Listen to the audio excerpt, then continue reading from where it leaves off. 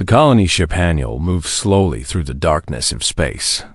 It was a massive vessel, carrying 12,000 sleeping humans toward a new world. They had been traveling for 50 years, frozen in special pods, dreaming of the home they would build among distant stars. Captain Una Park stood on the bridge, watching the stars through the main window. She was 45 years old with short gray hair and tired eyes that had seen too much. Behind her, Lieutenant Tae Kim studied the navigation screens while Dr. Hana Cho checked the life support readings for the 1,000th time. 3 more years, Una said quietly. 3 more years and we finally arrive. But the universe had other plans. The alarm screamed through the ship like a wounded animal. Red lights flashed across every wall. Tae's fingers flew across his console, and his face went pale. "Captain," he said, his voice barely steady. "We have contact. Something big. Very big." Una turned to the main screen. Her heart stopped. A warship emerged from the darkness. It was 10 times larger than the Haniel, covered in weapons and strange symbols. More ships followed, then more. Within minutes, a fleet of 20 alien vessels surrounded the human colony ship like wolves around a wounded deer. "All crew to stations," Una commanded. "Wake the military personnel from cryo, now." Engineer Dae Shin ran onto the bridge, grease on his hands and fear in his eyes. "Captain, they're jamming our communications. We can't send a message to Earth." Before Una could respond, the main screen flickered. An alien face appeared. It was tall and thin, with pale blue skin and 4 eyes that showed no warmth. When it spoke, the translation software turned its clicking language into cold, flat words. "I am Lord Corys of the Velar Dominion. You are now property of the Empire. Surrender your vessel and your people. Resistance will result in death." Una stepped forward. "I am Captain Una Park of the Earth vessel Haniel. We are peaceful explorers. We mean you no harm, and we ask." Lord Corys laughed. It was a terrible sound, like bones breaking. "Peaceful? Explorers?" His 4 eyes narrowed. "We have studied your species. You are classified as level 7. Non-threatening livestock. You have no weapons that can hurt us. You have no ships that can escape us. You are small, soft, and weak. You will make acceptable slaves." The screen went dark. "Livestock," Tae repeated, his hands forming fists. "They think we're animals." "Captain," they called out. "They're cutting through our hull. Multiple points. They're coming in." Una looked at her crew. These were good people. Scientists, engineers, dreamers who had left everything behind to build something new. They were not soldiers, but she saw something in their eyes that the Velar had not counted on. She saw fire. "We fight," she said simply. "We fight with everything we have." They fought. Oh, how they fought. The Velar soldiers poured through the breached hull in their black armor. They were tall and strong, carrying weapons that fired beams of burning light. They expected the humans to run. They expected screaming and begging. Instead, they found Tae Kim leading a group of crew members with welding torches and metal pipes. They found Dr. Hana throwing chemical bottles that burned through Velar armor. They found Dae Shin electrifying entire corridors with rewire power cables. But it was not enough.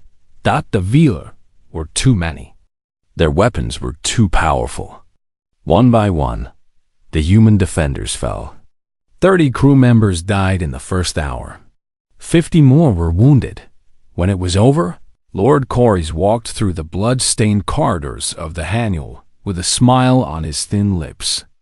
He found Captain Una held down by 2 Velar soldiers, her face bruised but her eyes still burning with defiance. "Impressive," Corys admitted. "No species has ever fought back during first contact. Usually, they simply accept their fate." He leaned close to her face. But it changes nothing. You killed 12 of my soldiers. For that, I will take 500 of your people as slaves. The rest of you will remain here, under guard, until we decide what to do with you. Yuna spat blood at his feet. You will regret this. Chorus laughed again. We have conquered 200 species across 1,000 worlds. None of them have ever given us regret. You are insects. You are nothing. They dragged 500 colonists from their cryopods. Men, women, children, families torn apart. Screams echoed through the ship as the Velar loaded them onto transport shuttles.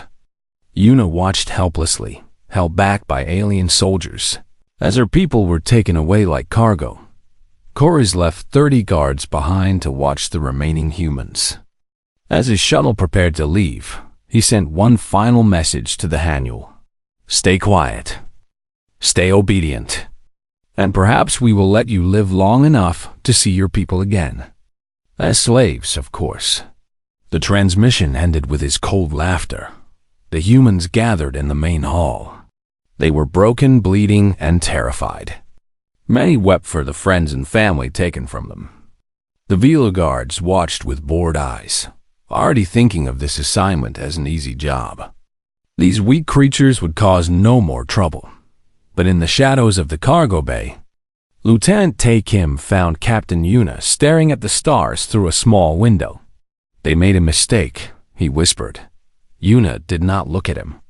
A reflection in the glass showed a woman who had lost everything but one thing, her will. What mistake? She asked. Tae's eyes were cold and hard, like steel being forged in fire. They left us alive. Yuna finally turned to face him. And for the first time since the attack, she smiled. It was not a happy smile. It was the smile of a predator remembering what it was born to do. Yes, she agreed. They did. Somewhere in the darkness of space, 500 humans cried out for rescue. And aboard the wounded Haniel, a plan began to form. The Velar thought they had captured livestock. They were about to learn the truth about humanity. They were about to learn it the hard way. 3 weeks passed aboard the Haniel. To the Velar guards, it seemed like the humans had accepted their defeat. The small, soft creatures moved slowly through the ship, heads down, voices quiet. They cleaned the blood from the walls. They repaired the damage to the hull. They obeyed every command. Commander Ran, the Velar officer left in charge, grew comfortable. He spent most of his time in the captain's quarters, eating Earth food and laughing at human entertainment on the screens. His 30 soldiers grew lazy. They stopped wearing their full armor. They stopped carrying their weapons at all times. Why would they? These were just livestock. They had no idea what was happening in the shadows docked deep in the cargo bay. A man named Jin Beek trained farmers to fight. Jin had been special forces before joining the colony mission. He was looking for peace on a new world. Instead, he found war. And war was something he understood very well. Again, he ordered quietly. 20 colonists attacked practice dummies made of old cargo containers. They used metal pipes, kitchen knives, and tools from the engineering bay. They made no sound. They had learned that sound was their enemy. In the medical bay, Dr. Hana Cho studied the bodies of the 12 Velar soldiers killed in the first attack. She cut them open with steady hands, learning their secrets. Her notes filled page after page. Their blood runs cold, she told Captain Yuna during a secret meeting. Extreme heat hurts them badly.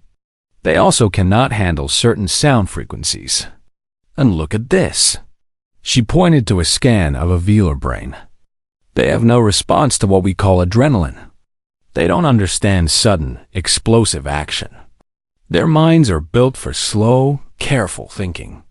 Yuna nodded slowly. They fight like predators who have never met another predator. They have forgotten how to be afraid. We will remind them, Hana said. Meanwhile, a young woman named Su Yoon was fighting her own battle. She was only 19, an engineer's apprentice who had never hurt anyone in her life.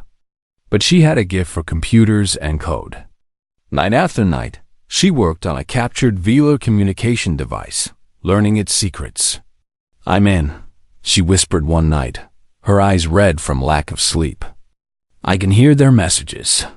Tae Kim leaned over her shoulder. "What are they saying?" "The 500. Our people." Sue's voice shook. "They're being taken to a planet called Vel Prime. It's a mining world. She swallowed hard. They work the slaves to death there. Average survival time is 2 years. Tae's hand gripped her shoulder. "Then we have 2 years to save them. And we start now." Captain Yuna called the final meeting in the depths of the cargo bay. 200 colonists gathered in the darkness, their faces lit by small emergency lights. Farmers, teachers, scientists, children who had become soldiers. They looked at their captain and waited. "The Vela believe we are weak," Yuna said softly. "They believe we have given up. Good. Let them believe. Because tomorrow night, we take back our ship. We take back our freedom. And then we go get our people." She explained the plan. It was simple, because simple plans work best when everything depended on speed and surprise. Every human had a role. Every second was counted. "We have one advantage they don't expect," Yuna continued. "We don't need to sleep as much as they do.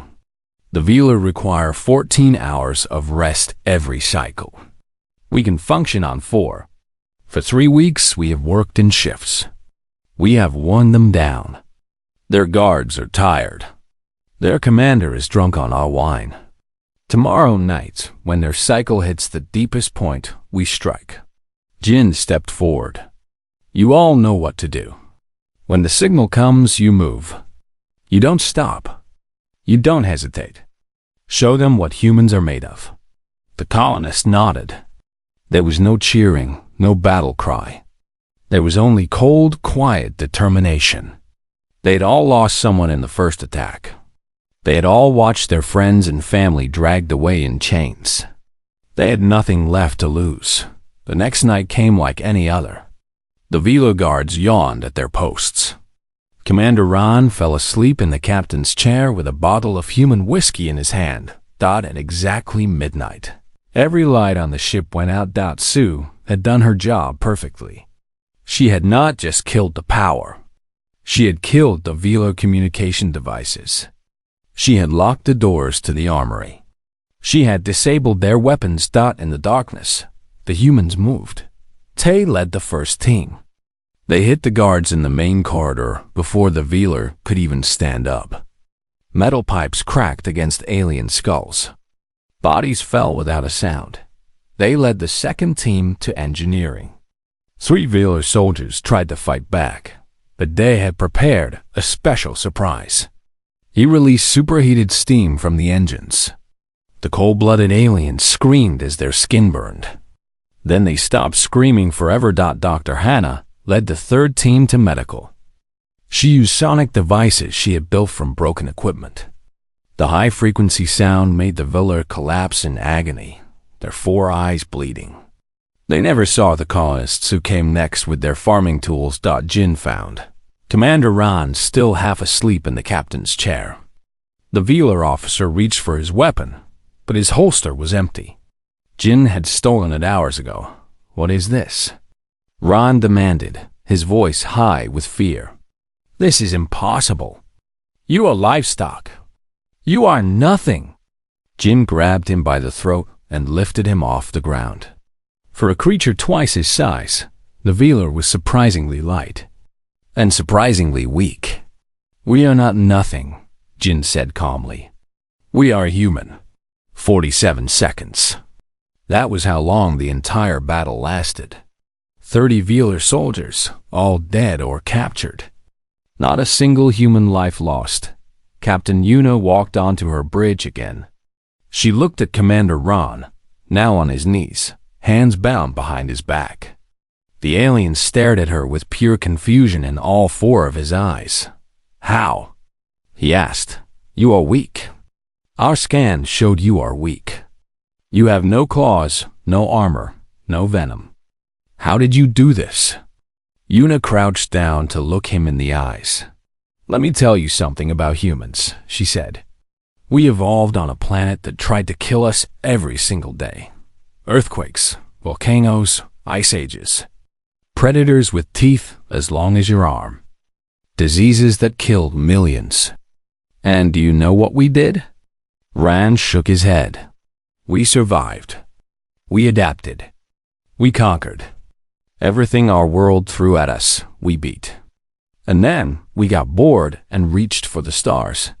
She stood up and walked to the main window. You called us livestock. You were wrong. We are the most dangerous thing in this galaxy. And now we're coming for our people. She turned to Tay. Set course for Vel Prime. Maximum speed. What about him? Tay pointed at Ron. Yuna smiled that predator smile again. Put him in a cell. He's going to tell us everything about the Valor Dominion. Whether he wants to or not. The Haniel turned toward distant stars. A wounded ship, crewed by ordinary people, flying toward the heart of an empire that had never known defeat. The Velar had no idea what was coming. The Haniel raced through space like an arrow shot from a bow. It crossed through 3 star systems in 2 weeks, following the trail of the slave transport. Behind it, the Velar Dominion scrambled to understand what had happened. High Admiral Tal sat in his command chair on the Dominion's flagship, reading the reports with growing disbelief. His 4 eyes moved across the words again and again, as if reading them more would change their meaning. 1 colony ship, he muttered. 1 ship of livestock killed 30 soldiers and escaped custody. How is this possible? His officers had no answer. In 2,000 years of conquest, nothing like this had ever happened. Species either surrendered or died. They did not fight back. They certainly did not win. Find them, Tal ordered. Send a war fleet. End this embarrassment before it spreads. But it was already spreading. Across the Dominion's many worlds, slaves whispered to each other about the strange species that refused to accept defeat. Humans, they called themselves. Small and soft, but somehow dangerous. The whispers grew louder every day. Aboard the Haniel, Captain Yuna planned their next move. They could not simply fly to Vel Prime and demand their people back. They were 1 ship against an empire. They needed allies. They needed weapons. They needed to hurt the Vilers so badly that the Dominion would have no choice but to listen. Hit and run, Tay suggested during the strategy meeting. We attack their supply lines. We destroy their fuel stations. We show them that nowhere is safe. Yuna nodded. Old Earth tactics. Guerrilla warfare. We make ourselves so expensive to fight that they would rather give us what we want. Jin studied the star maps Commander Ron had been forced to share. There's a supply station in the next system. Lightly defended. It feeds 3 mining colonies, including Vel Prime. Then that's our first target, Yuna decided. But we don't just destroy it. We free anyone held there. Every freed slave becomes a friend. Every empty cage becomes a message. They hit the supply station at dawn of the local star cycle. The Velo guards never saw them coming. The Haniel's engines had been modified by day, running silent and cold until the last possible moment. By the time the station's alarms screamed, human boarding teams were already inside. Jin led the assault with 50 colonists behind him. They moved like ghosts through metal corridors, using Dr. Hana's special weapons. Sonic grenades that shattered Velar focus. Thermal bombs that turned cold-blooded soldiers into helpless victims. And when technology failed, they used their hands, their tools, and their unbreakable will. They found the slaves in the lower levels. Hundreds of aliens of a dozen different species, chained and broken. Among them was a female named Nira. Her species had no name anymore. The Veiler had erased it centuries ago. When Jin cut her chains, Nira stared at him with wide, golden eyes. "You are the humans," she whispered. "We heard stories. We thought they were lies." "No lies," Jin said. "Come with us. Fight with us. Or go your own way. Your choice." Nira looked at her fellow slaves. Then she looked at the dead Vila guards on the floor. Something changed in her eyes. Something that had been dead for a long time came back to life. "We will fight," she said. They fled the burning station with 300 freed slaves. Many were too sick or too scared to fight, but 40 joined the human crew. Nira stayed close to Captain Yuna, learning everything she could about these strange creatures. "You came back for us," Nira said one night, her voice full of wonder. "You did not have to. We are strangers. Different species. Why did you risk so much?" Yuna looked at her. "Because it was the right thing to do. Because nobody should be a slave. Because we know what it feels like to watch our people get taken. The Velar have ruled for 2,000 years, Nira said. No one has ever stopped them. And it's time someone did." Word of the station's destruction reached High Admiral Tal. He raged for an hour, smashing things in his quarters. Then he called his officers. 50 warships, he ordered. "Send 50 warships to hunt this human vessel. I want them dead. I want their bodies displayed on every world as a warning." One of his officers hesitated. "High Admiral, 50 ships for one colony vessel? Is that not excessive?" Tal's 4 eyes turned cold. "It is mercy. I am giving them the honor of dying to a proper fleet. Now go." The war fleet assembled.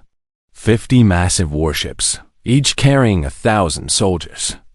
They spread across the sectors like a net, closing in on the Haniel from all directions. Datsu tracked them on her screens, her face pale. "Captain, we have a problem." Yuna looked at the display. 50 red dots moving closer. A single ship blinked lonely and blue at the center. "I see them," she said calmly. "What do we do?" They asked. "We can't fight 50 ships. We can't outrun them forever. They're herding us toward the Velar home system." "Yes," Yuna agreed. "They are." Tay stared at her. "You want to go there? To the heart of their empire? Why not?" Yuna smiled that dangerous smile. "If we're going to hurt them, let's hurt them where it matters. And remember, Vel Prime is in their home system. Our people are there." "You're crazy," they said with something like admiration in his voice. "Maybe, but crazy is all we have left." Ho Kang, the quiet farmer who had barely spoken since the first attack, stepped forward. He was an old man with calloused hands and sad eyes. His wife and daughter had been among the 500 taken. "I will follow you, Captain," he said simply.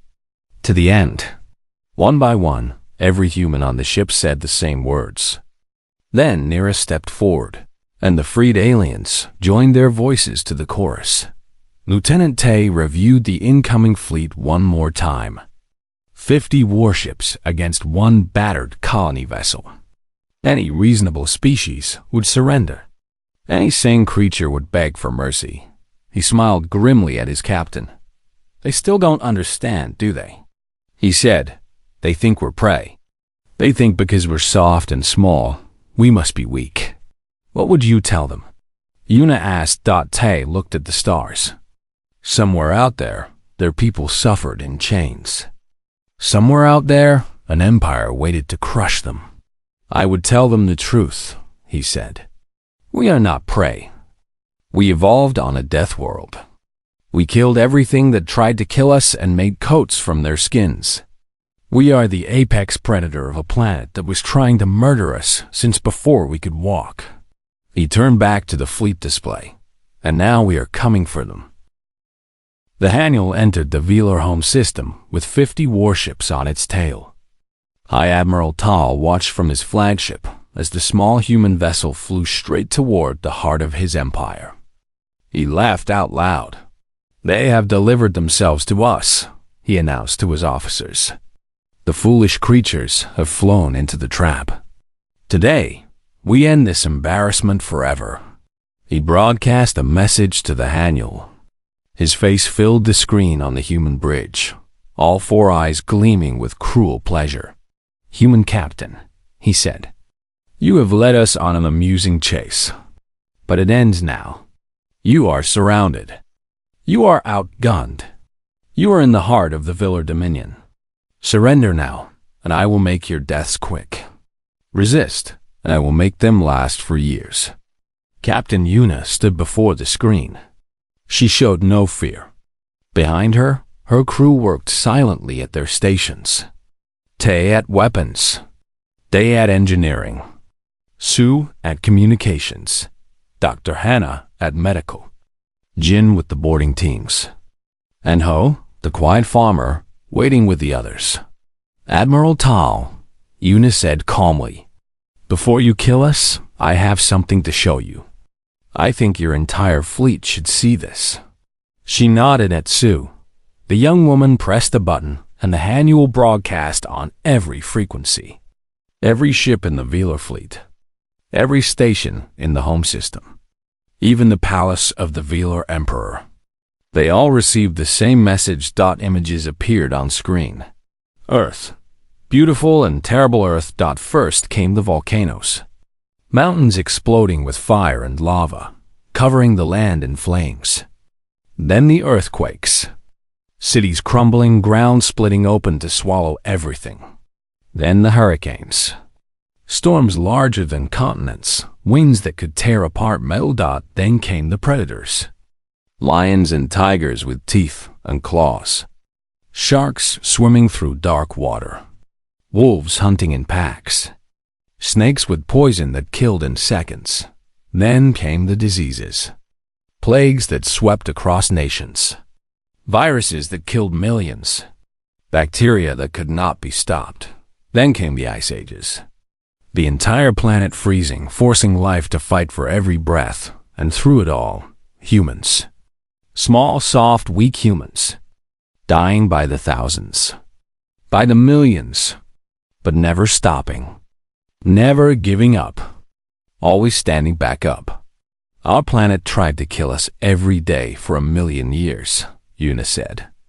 Every generation had to fight just to survive. We didn't evolve in paradise like you, Admiral. We evolved in a war zone. Death was always one step behind us. And we outran it. We conquered it. We conquered everything. More images. Human history. Wars fought with sticks and stones. Wars fought with swords and arrows. Wars fought with guns and bombs. Humans killing humans with terrible efficiency, then building new things from the ashes. You call us weak because we are soft. But soft things can survive what hard things cannot. You call us slow because we cannot run fast. But we can run forever. We can chase prey until it dies of exhaustion. You call us small, but we work together like no species you have ever seen. One human is weak. 1 billion humans conquered a death world. Admiral Tal's smile faded. For the first time in his long life, he felt something strange. Something cold in his chest. He did not recognize the feeling. It was fear. Enough of this, he snapped. All ships, destroy them. But nothing happened. His weapons did not fire. His ships did not move. What is wrong? He demanded. An officer looked up, his face pale. Admiral, our systems. They are not responding. Something is blocking them. On the Haniel, Sue allowed herself a small smile. For 3 weeks of running, she had been doing more than just tracking the fleet. Every system they passed, every station they touched, she had planted pieces of a virus. Now, all the pieces connected. The Villar fleet's weapon systems crashed. Their engines locked. Their communications scrambled. You've been chasing us across the galaxy. Una told the paralyzed admiral. We let you catch us because we needed you here.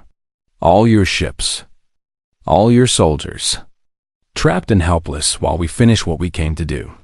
She turned to Tay. Begin the assault. The Haniel dove toward Vel Prime. The slave world grew larger in the windows. Below, 500,000 prisoners worked in the mines, including 500 humans who had never stopped hoping for rescue. Jin led the boarding party onto the slave station orbiting the planet. Without their weapons, the Velo guards could not stop them. The humans moved through the station like fire through dry grass, breaking chains and opening cages, but the Velar on the ground still had weapons, still had soldiers.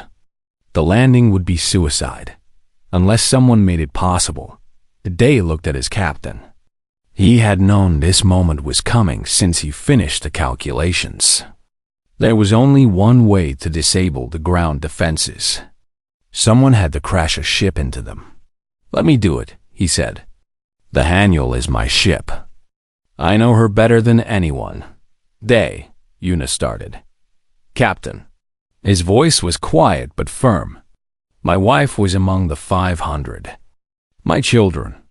If I can give my life to save theirs, that is not a sacrifice. That is a gift. Una looked at him for a long moment. Then she nodded. The colonists loaded into escape pods. All but Day, who stayed at the controls. And Ho, who refused to leave him. You don't have to do this, Day told the old farmer. My family is down there too, Ho said simply. And someone has to watch your back until the end. The Haniel screamed down through the atmosphere. Velar ground cannons fired, but Day dodged them with impossible skill. The escape pods launched, carrying colonists toward the surface where Jin's team waited with stolen Velar shuttles. The slave camp grew larger. Ho could see the tiny figures running prisoners, realizing something incredible was happening. Day, he said. It was an honor. It was an honor, friend.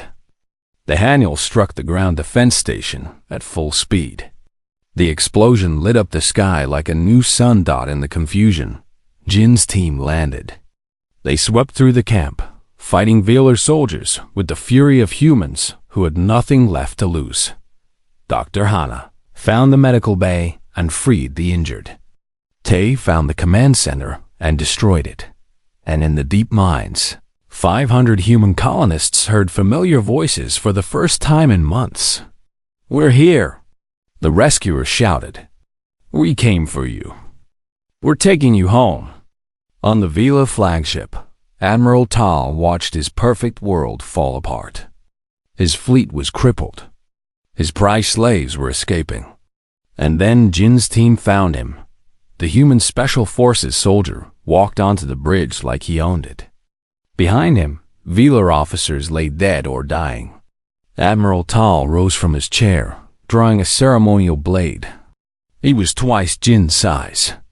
He had killed 1,000 enemies in personal combat. You think you can defeat me? He snarled. I am the greatest warrior of the Dominion. Jin didn't answer. He just moved. 10 seconds later, both of Tal's arms were broken. The blade lay on the floor. The Admiral screamed as Jin held him down. Your species evolved in paradise, Jin said calmly. Perfect temperatures. No predators. No diseases. You never had to struggle for anything. That's why you conquered other species. Because you couldn't conquer your own world. He leaned close. We evolved running from wolves. We evolved fighting plagues that killed half our children. We evolved killing each other with rocks and then apologizing and building cities together. You never stood a chance against us, Admiral. You just didn't know it yet. Captain Una found them there.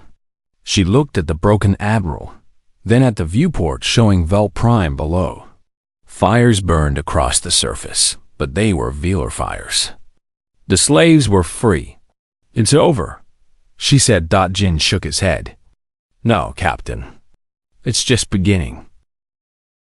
1 year passed. The Velar Dominion, which had ruled for 2,000 years, was finished. Not because the humans destroyed it, but because every slave species saw what one shipload of humans had done. If those small, soft creatures could defeat the masters, then anyone could dot uprisings spread across 100 worlds. Former slaves became free people. Former masters became prisoners.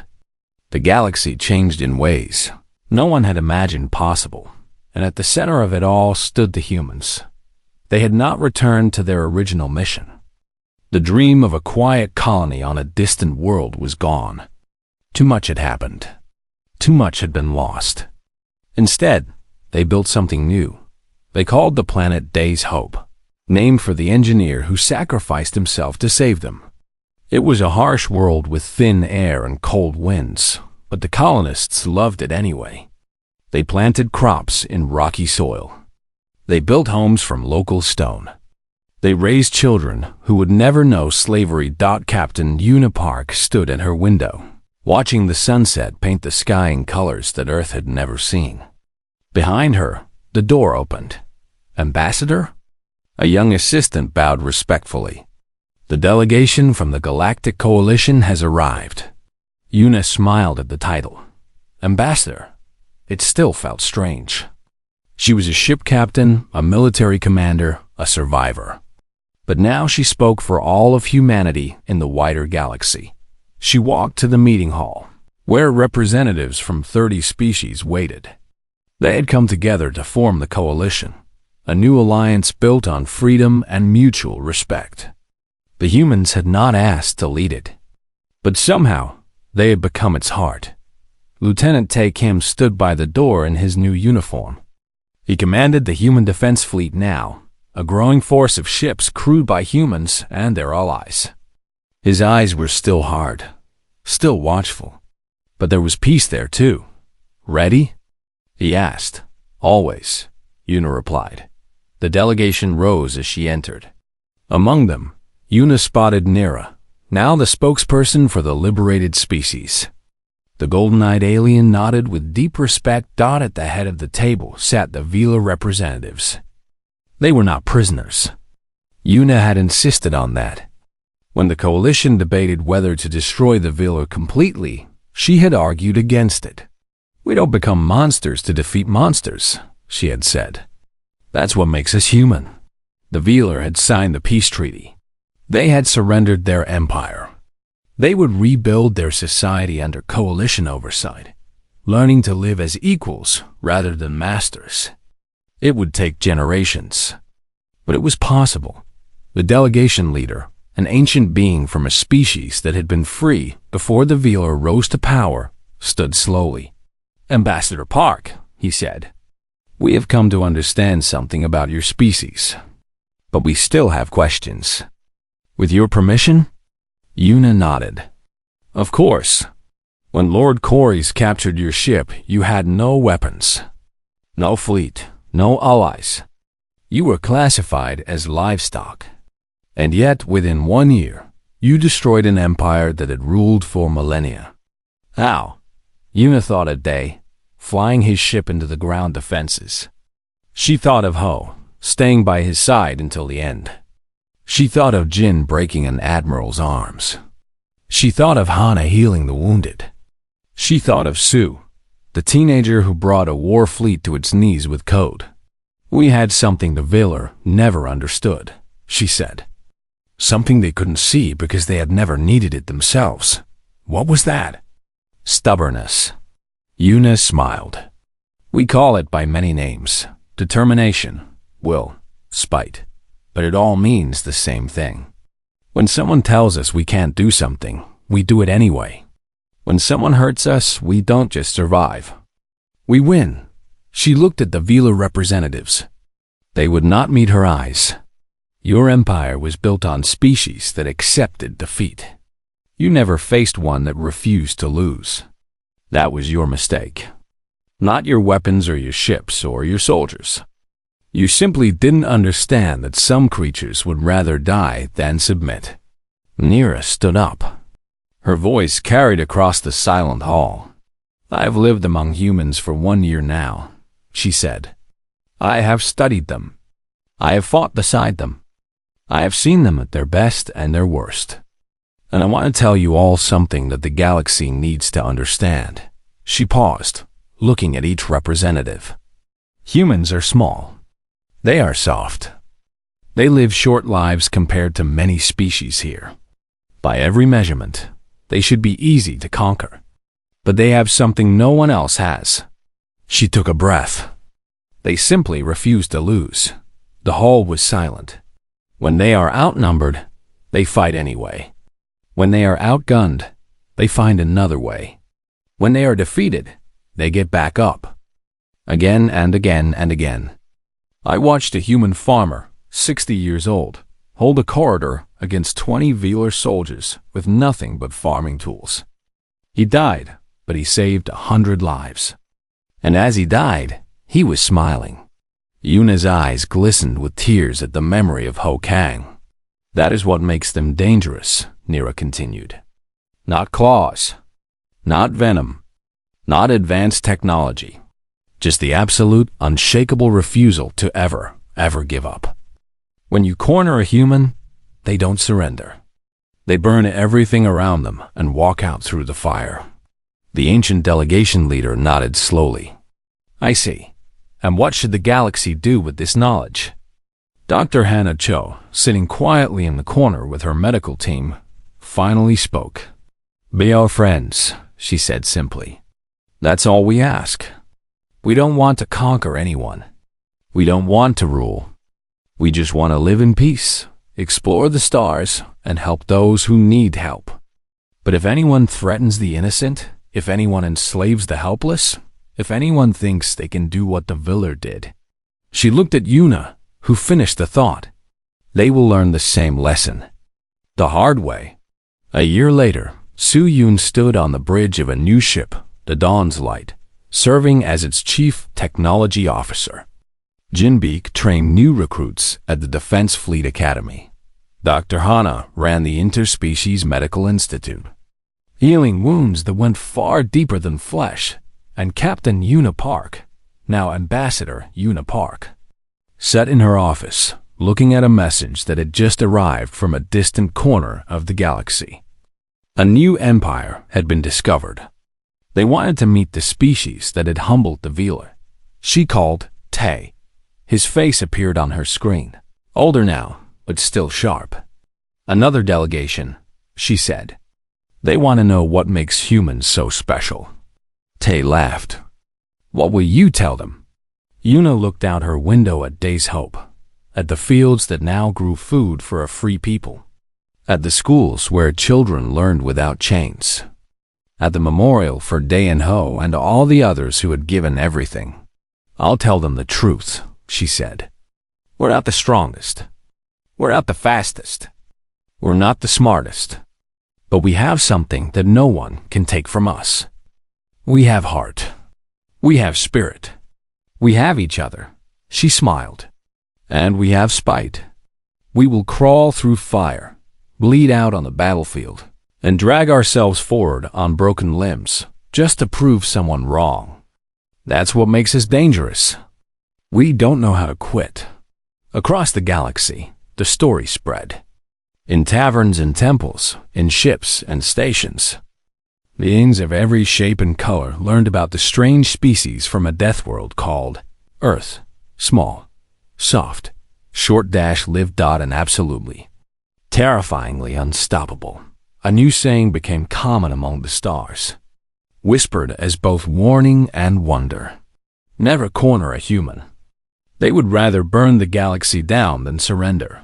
The Velar had learned this truth the hard way, and the galaxy would never forget it. The humans, for their part, just kept doing what they had always done. They loved. They laughed.